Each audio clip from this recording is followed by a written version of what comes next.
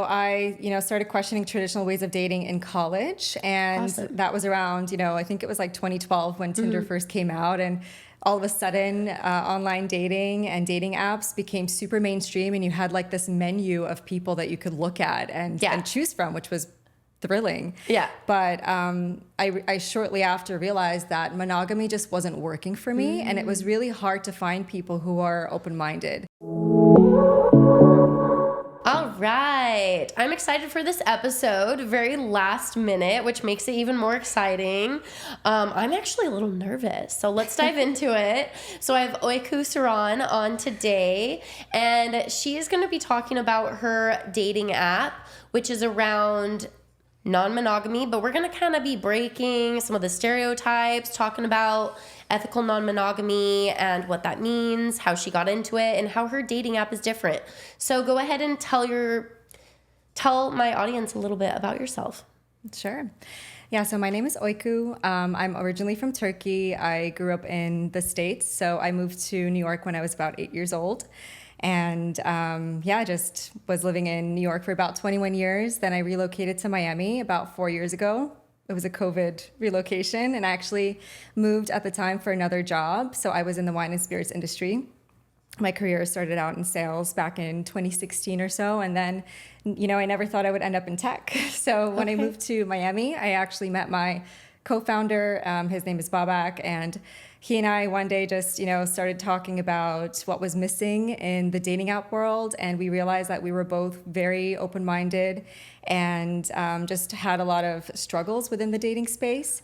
I had used a fuckload of apps, everything around the sun, and just felt dissatisfied with everything that was out there. Mm-hmm. And I wanted to create something I wish I had 10 years ago when I first started my ethical non-monogamy journey, that still doesn't really exist until today. And I just realized there was a massive gap in the market and it needed to be filled. And so Beyond was born. Amazing. Yes, I hate dating apps. I think there's so terrible, and Hinge was like the only one that I could kind of get on, but it was all monogamy, and I put what did I put? I put non-monogamy in it. Please ask, or something like it's like I'm monogamish. I don't know. It was something like you can ask me what it means. But then everybody just assumes that you're super sexual and you want to fuck them on the first date. And they have all these weird assumptions, and they're like, oh, like let's have threesomes, or just all these dumb misconceptions. And so that was a big one for me, and it got really tiring. I was like, okay, I'm not doing dating apps. And then Field is not my style, where anybody can DM me, where you have like 3,000 to 9,000 text or matches or whatever it is, and then you're overloaded, and then people don't actually have conversations. It's like, hey. Yeah, it can be really overwhelming.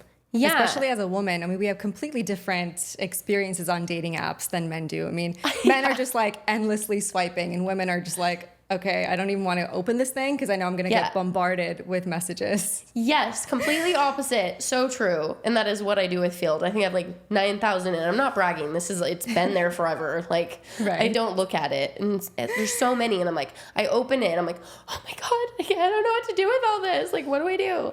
So what are some of the reasons that you created your app?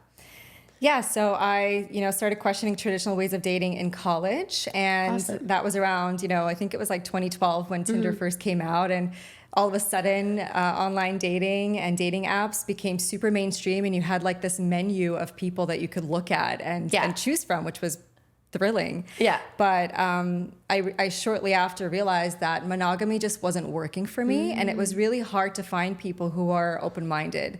And I was still, exploring myself at the time, and I was in a monogamous relationship, actually taking a break from my boyfriend at the time, and went on Tinder. And that was around when I started, just questioning if this was the right relationship style that worked for me. But Tinder and all those other apps at the time were really created with the traditional monogamous person in mind. It was like assumed that everyone who was on a dating app was looking for love, and it was a very linear path. And I was like, what if I don't want that? What if I just want to fuck around or meet multiple people, or if, explore couples or whatever it was. And it was really hard to find that. So fast forward, I actually met a couple off Tinder after I graduated from college, and their relationship dynamic really inspired me because it was the first time I started to realize that I don't have to give up my openness or parts of myself for my partner and for a committed relationship. And I can kind of have both of those things coexist. So like find someone who really celebrates my open mind and doesn't stand in the way of my experiences. And I think that was really interesting to see. And I started looking for my people. I was, asking myself, where can I find other people like this? And on top of their relationship dynamic, which was really inspiring, they also had, they were fit, attractive, avid travelers, like thriving in their careers. And I was like, holy shit, like I don't see people like this on, on other apps. And clearly they had a couple profile on Tinder, kind of like going against what the app stood for to make it known that they were looking for something outside the norm. And I thought to myself, there needs to be an app that exists that caters to this audience. And then I discovered Field. And part of me was really excited that something like this existed for people who were looking for relationships outside of traditional monogamy. But at the same time, it just lacked that curation, that vetting. And I wasn't really connecting with a lot of people on there that I liked. Yeah, I feel like it's like I think Tinder is still like this where lots of people just swipe. So I feel like that is an issue. The thirstiness of the apps is very not attractive to me.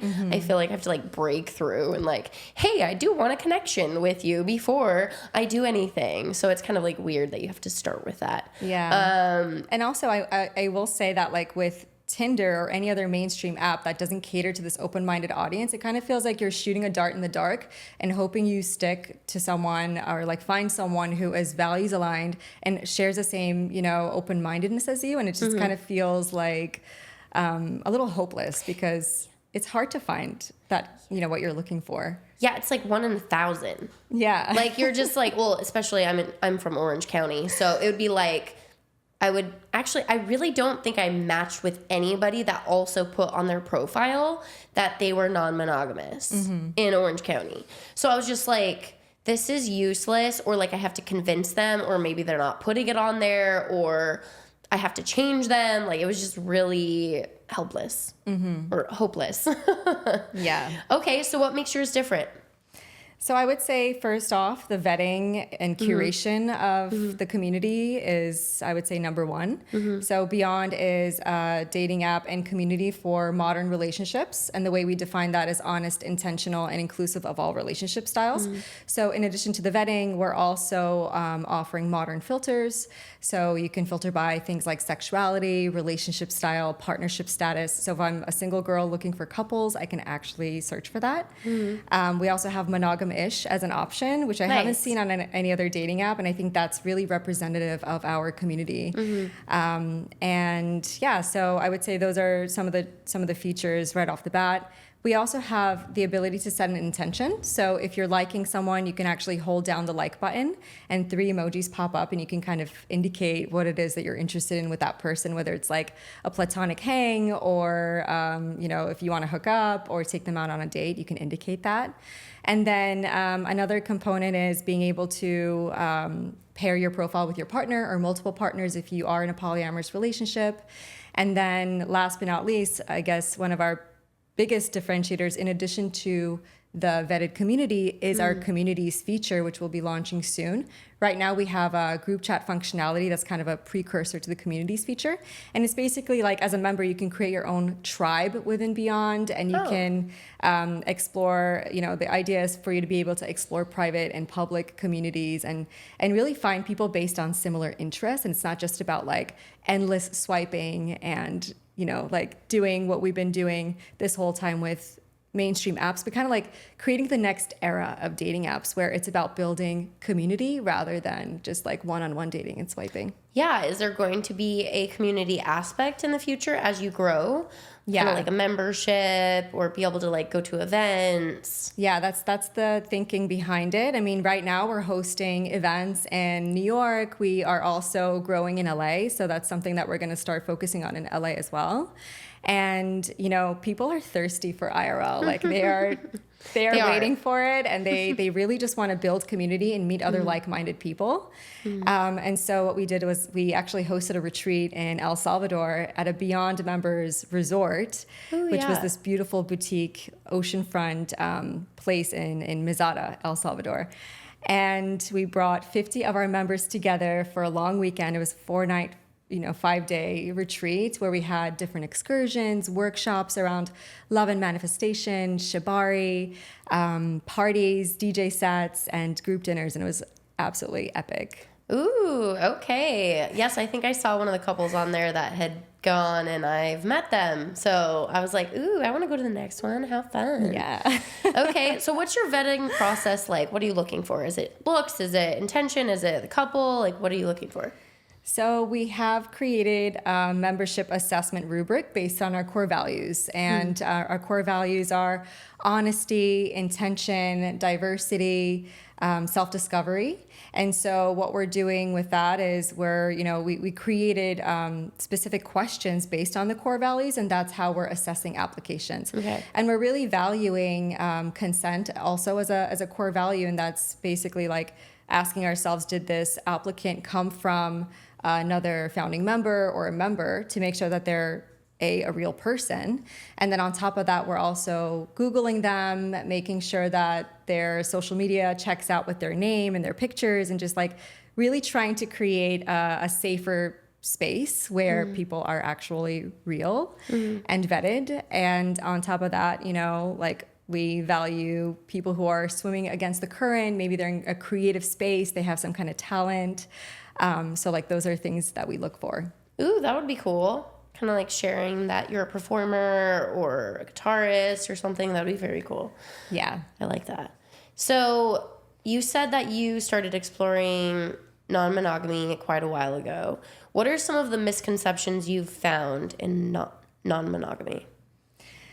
Yeah, I think the general public that doesn't really understand what ethical non-monogamy is, they're quick to assume that it's kind of like a free-for-all type of relationship. When you say that you're in an open relationship or that you're ethically non-monogamous, like there's this massive misconception about like, oh, so it's just like an excuse to cheat. Or, I mean, I'm sure you've kind of like, oh yeah, for sure, dabbled in this, but yeah, and it's really unfair. And another thing that I've come across is like, a friend of mine, he's one of my close friends.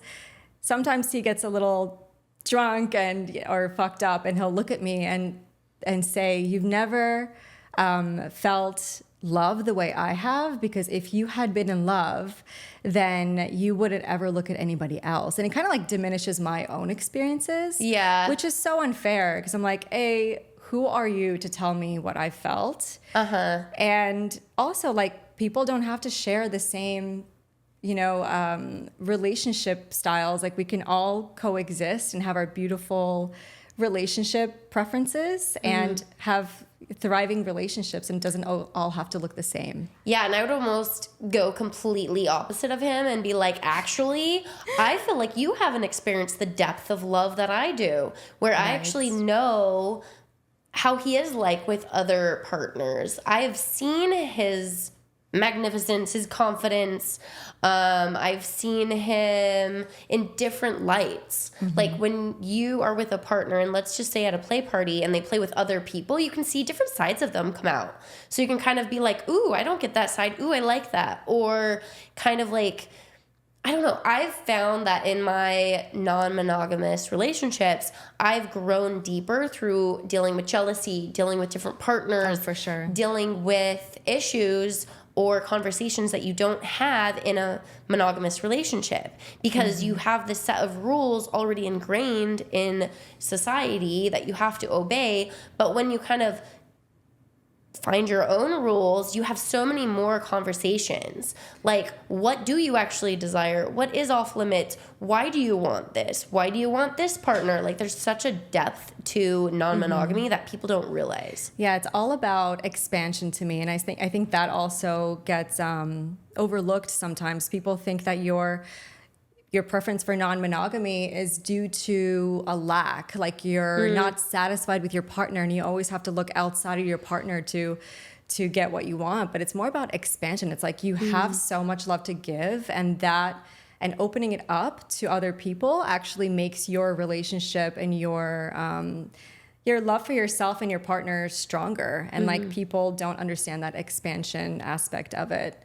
Yeah, I feel like compersion is a big part of that, is feeling happy for your partner experiencing pleasure and joy and happiness.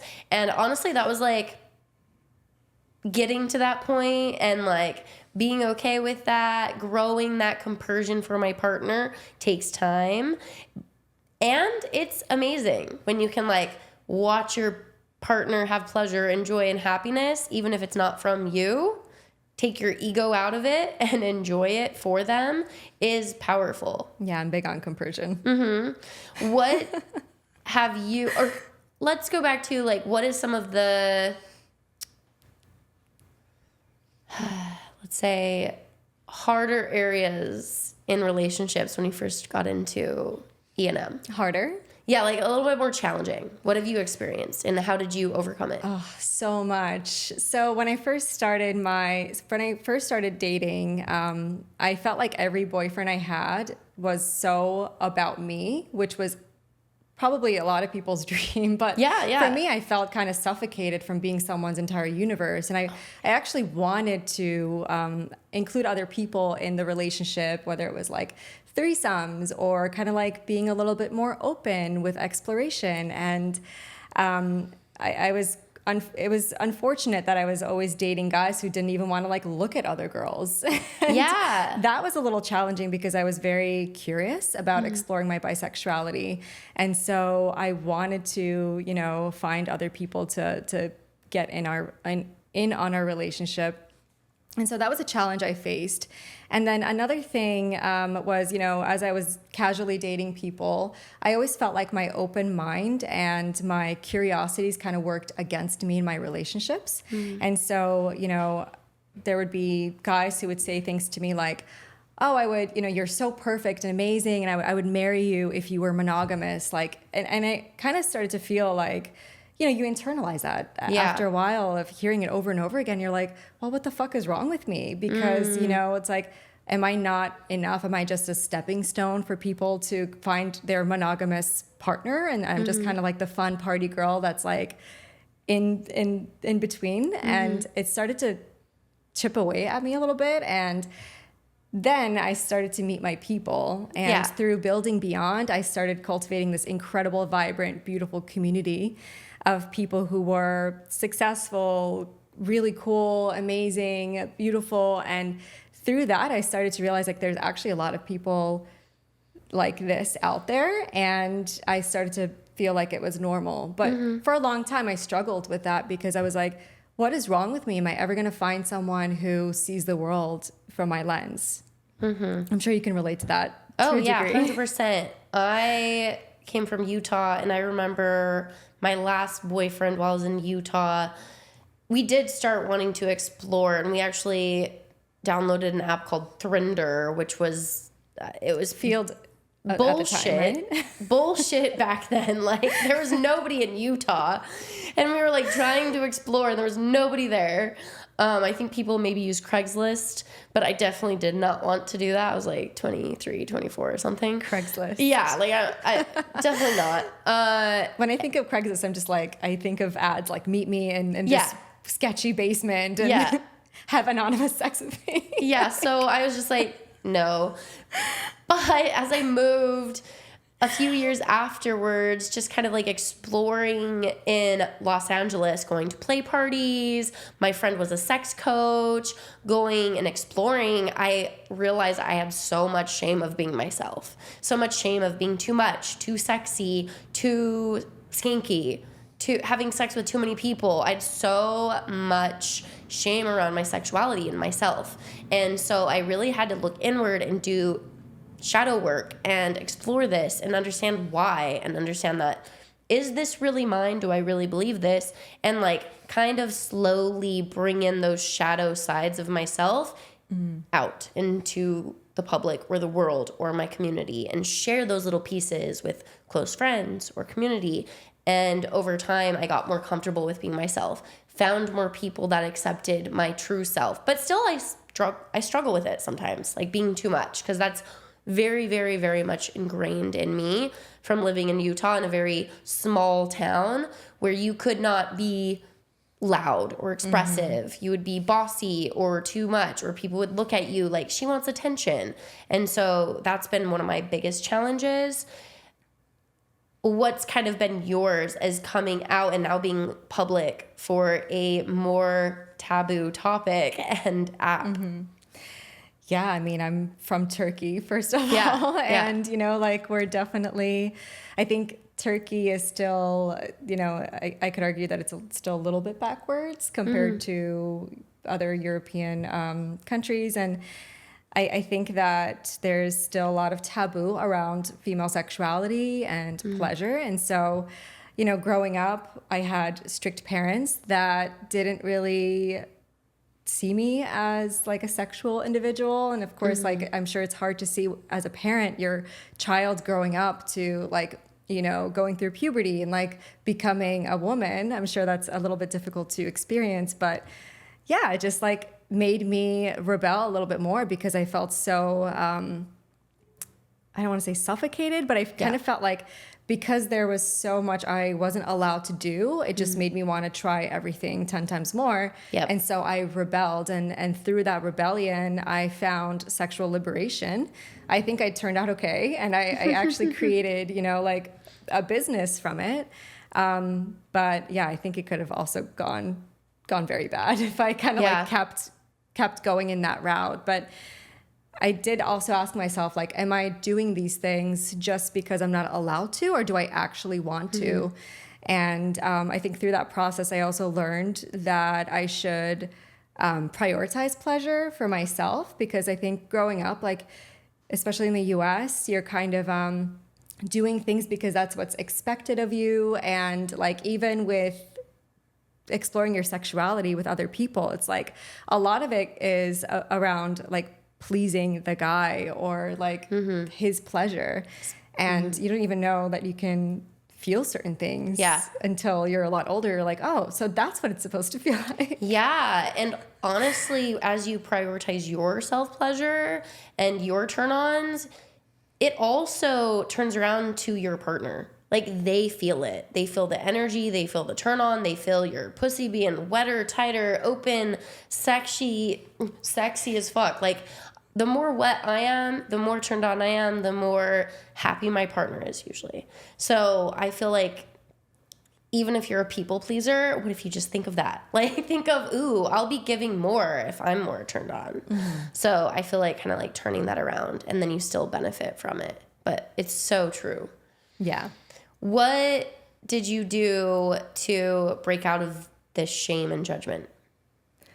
I'm still navigating some of that, but I think, you know, launching or starting Beyond at least, and having more of like a public version of me out there kind of helped accelerate that process. I mean, I think like the version of myself that my parents knew versus who I was towards my friends and the rest of the world was very different. And so through launching Beyond in this business and telling my mom and my parents in general that, you know, I'm starting this business and this is the concept, and they've actually been really like shockingly supportive, which has been interesting to see. Oh, good. Yeah. It's often built up in our heads, the fear, way worse than it is. Yeah. So as you share these little parts about you that you're scared to share, it's usually not as bad as you think.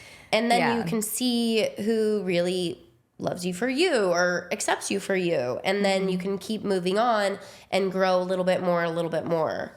And it takes time. I didn't overnight go from being super conservative online and scared to be my authentic sexual self to twerking, going to sex parties and talking about it online. Like, that was not an overnight thing. It was actually like 7 years. So it's like little bit at a time, but often I tell my clients and people online, my audience, to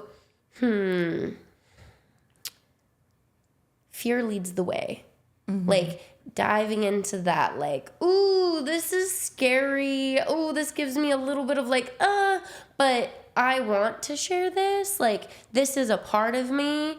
That's the thing that people want to hear. That's the thing that's vulnerable and open that people connect with. And that's the thing that has drawn my clients to me, is like pushing those edges that are exciting and thrilling and an edge.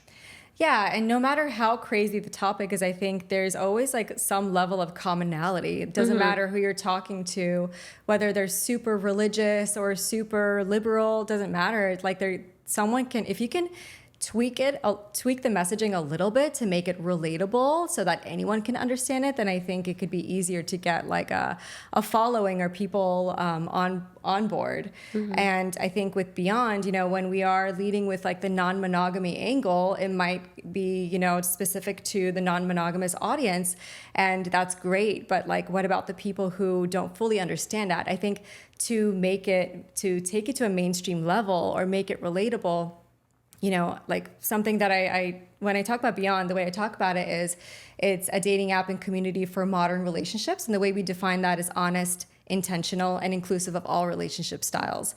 And so I think playing on that like honesty and intentionality aspect of Beyond, that's something that everyone can relate to regardless of what their relationship style is. And I think what we want to do with Beyond is to really empower people to have autonomy and give them autonomy to choose for themselves the type of relationship that works for them. And whether that's polyamorous or modern monogamous, like where that there are alternatives to monogamy and you still choose monogamy because that's what works for you.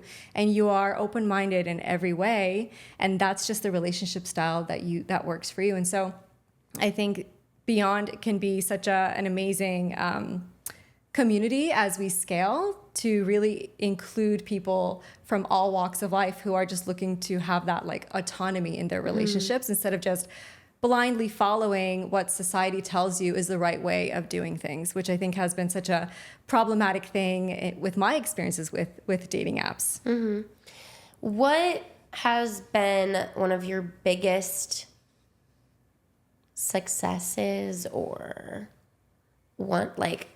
okay, I'll just share mine first. So one of my favorite things about being in E&M non-monogamy is I've been able to be my true self. One of the things that I noticed is, I don't know if you know what the erotic blueprint is, but I'm a shapeshifter, which is like I'm all types. It's like the love language, but for sex. And I'm a shapeshifter, which means I want all of them. I want the sensual, the energetic, the kinky, the sexy, fucking just like sexual.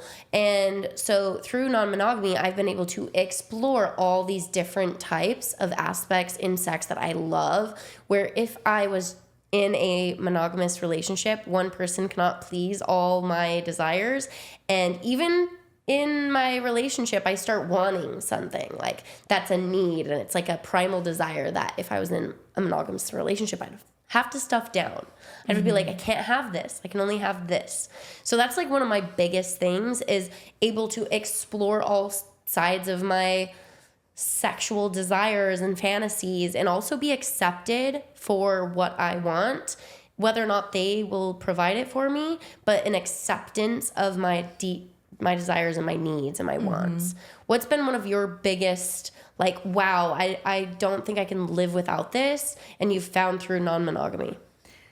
Yeah, so when I first started questioning monogamy, I realized that people were kind of like tools. They brought out different sides of you that you loved or you missed or you hadn't seen in a while. So just for some context there, in high school, I was very creative and I also wanted to be a marine biologist. So when it came to go to college, I couldn't choose between, I was at a fork in the road and I was like, okay, do I pursue science and become a marine biologist or do I pursue graphic design? And so I ended up going the scientific route. And through that journey, my college journey, I met my first love, who was very creative, very musical. And, I was looking for like this creative outlet, which I didn't have because of the science route. And so meeting him really brought out my creativity, and it inspired me. And then I met someone else in my biochemistry class, and I was connecting with him on different levels. And I realized I had attraction in chemistry with him. And I started to realize that like different people bring out different sides of you that, you know, you haven't seen in a while and you want to reconnect with. And I thought it was really beautiful. And I started questioning also, you know, why should I feel guilty for these types of connections? Why can't I have it all? And so that was kind of like the thing that got me thinking. So now with my non-monogamy journey, it's really cool having that variety and connecting with people that inspire me, who bring out different sides of me that I love, and doesn't all have to be, you know, the same version of me over and over again. So it's like this never ending self-discovery journey. I agree. It does bring out different sides of you. And that's also fun to see in your partner too, the different sides. Like, I love that. So I'd love to get a little juicy here. If you're down, feel free to say no to any questions. What is a fantasy that you have that yet to explore, and kind of like share that, something that you would like to do in the future? So I think my ideal relationship would be to find my life partner who I can travel the world with, grow with, and have this incredible, expansive relationship with. And something I would love to experience is to, you know, let's say we have a date night planned or plans or something, and something comes up. I would love to actually find someone else for him to take out that evening and kind of like plan everything, be like the facilitator, and just like make sure I plan everything for him to just like show up, have fun, and have experiences with this other person and come home to me. And I think that's something that, again, relates to that compersion element. And I realize I've had that for as long as I can remember. And I've yet to do that for a partner of mine. Nice. This is a little bit more like, let's get into it.